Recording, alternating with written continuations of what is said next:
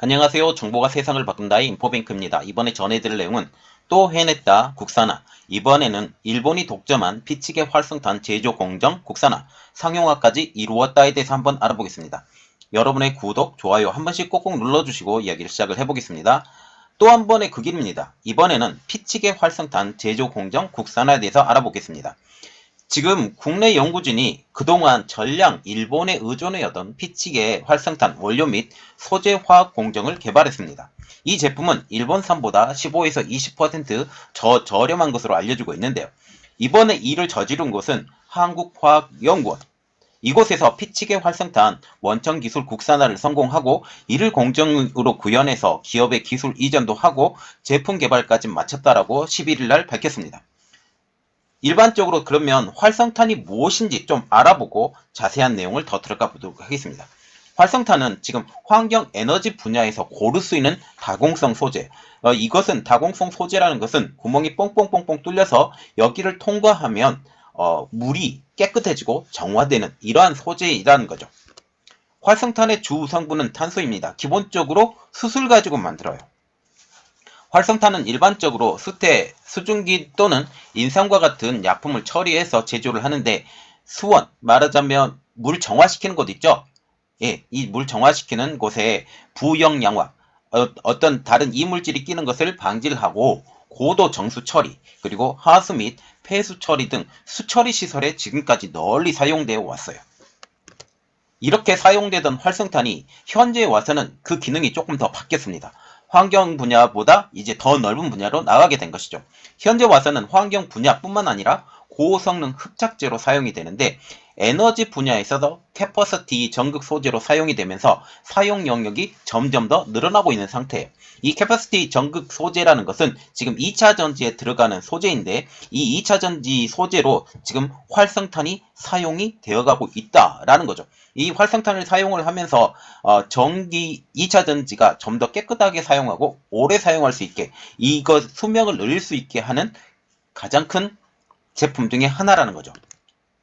현재는 2차 전지의 발달로 인해서 이 수요가 점점 늘어나고 있습니다. 그런데 이 2차 전지가 지금 발달을 하면 할수록 수요가 어마어마하게 늘어가잖아요. 그렇게 되면서 근래 들어서는 품귀 현상까지 일어날 정도입니다. 중국에서는 석탄, 그리고 동남아에서는 야자 열매 껍데기로 활성탄을 만들고 있으나 해당 국가에서는 현재 공급을 줄이고 있고 일부 국가에서는 사재기를 해서 국제적인 공급 지연까지 발생하고 있다는 것이죠. 이것을 극복하고자 대안으로 떠오르는 것이 정제 공장에서 생기는 원유 찌꺼기인 피치를 원료로 하는 피치계 활성탄이 대안으로 떠오르고 있습니다. 제가 처음에 이야기를 드렸었던 게 그 활성탄이라는 것은 탄소를 주 원료로 해서 지금 사용을 한다고 하잖아요. 그래서 지금 석유 정제 과정에서 맨 마지막에 남는 것을 피치라고 하는데 이 피치가 탄소 덩어리입니다. 탄소 덩어리이기 때문에 이 탄소 덩어리를 그 화학적 처리를 해서 그래서 활성탄으로 만든다라고 지금 얘기를 한다라는 것이죠. 그런데 이 피치계 활성탄은 지금 현재 일본이 기술을 독점하고 있는 상황입니다. 그래서 지금 한국에서도 이 활성탄을 만들기 위해서 도전을 했는데요. 한국화학연구원이 도전을 하면서 피치계 활성탄 공정 기술을 개발했습니다. 세계적인 지금 활성탄 부족 문제를 해결하고자 한국에서는 한국화학연구소가 피치계 활성탄 공정 기술의 개발에 도입을 했죠. 한국화학연구소 연구원 연구팀은 파일럿 규모의 화학 공정을 개발했는데요. 자, 이게 활성탄 제조 공정이에요. 예, 활성탄 제조 공정인데 피치를 이용해서 처리를 하죠. 그러면 이게 활성탄으로 바뀐다. 그리고 이 활성탄이 효능이 얼마나 있을 것인지 처리 과정에서 이게 많이 변형이 되기 때문에 처리 과정을 정말 잘하면 일본을 극일할 수도 있다라고 지금 보고 투자하고 연구를 했다라는 겁니다. 이번에 한국화학연구원에서 개발한 피치계 활성탄 공정기술은 일본 기술보다 많이 앞선 것으로 지금 파악이 되고 있어요. 연구팀은 개발 공정이 일본산 대비 높은 경제성을 갖추고 있다고 밝혔습니다. 이번에 화학연이 구현한 피치계 활성탄 제조 공정 설비라는 그림이 나와서 이것을 올려드렸습니다. 이렇게 생겼대요. 크게 이번엔 하지 않았고 설비 만들고 이게 기술 전파하고 이번에 제품까지 나온 이런 일석삼조가 다 됐죠.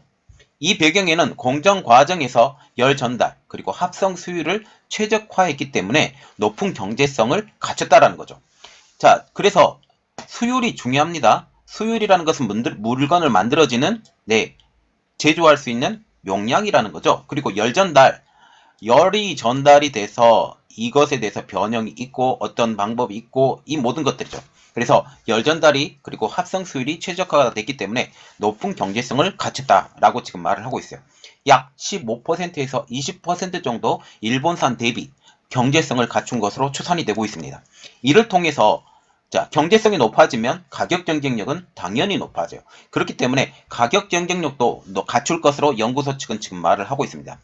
연구팀에 의하면 핵심 성능 지표인 비표면적, 미세 기공률이 일본 것보다 훨씬 뛰어나다는 것이죠.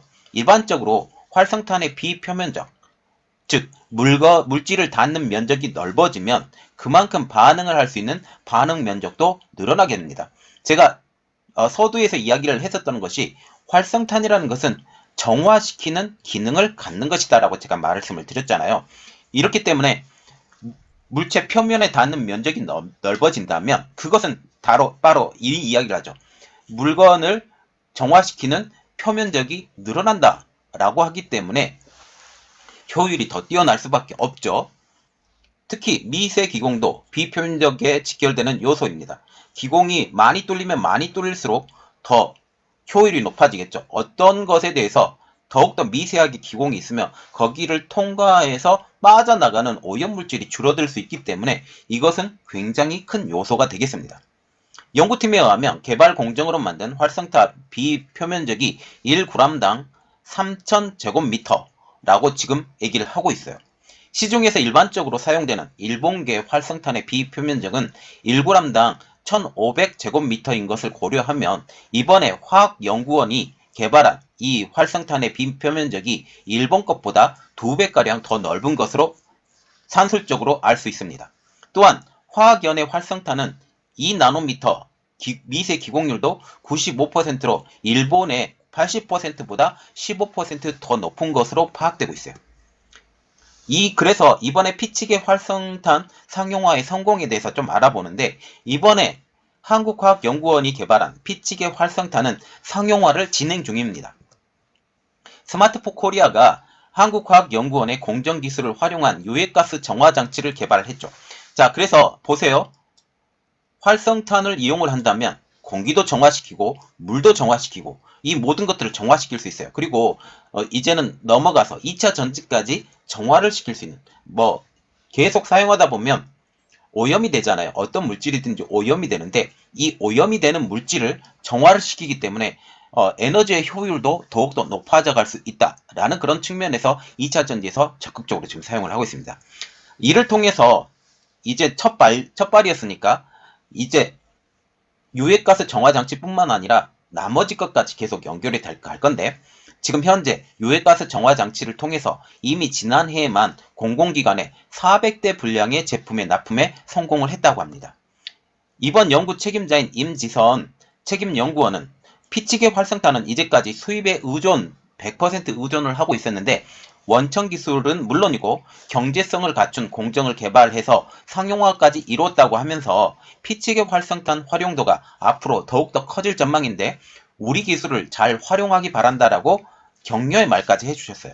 그래서 지금 피치계 활성탄의 개발이 이번에 수질 개선 그리고 공기질 개선 이것을 뛰어넘어 이제는 2차 전지의 기술 개선까지 지금 이루어지는 상황에서 지금 첫 발을 띄었어요. 공기질 개선에 대해서 첫 발을 띄었는데 이제 물건이 더욱더 다양하게 나올 겁니다. 이것을 통해서 한국의 기술이 세계적으로 뻗어나가서 세계적으로 이 기술들이 적용되고 물건들이 만들어질 수 있는 좋은 한국이 되었으면 좋겠습니다. 이 스마트 코리아도 더욱더 발전해서 세계적인 기업이 되도록 기원하겠습니다. 저의 오늘 내용은 여기까지였고요. 저희 내용이 여러분들에게 도움이 되셨다고 생각을 하시면 구독과 좋아요 그리고 알람 설정까지 좀 부탁드리겠습니다. 감사합니다.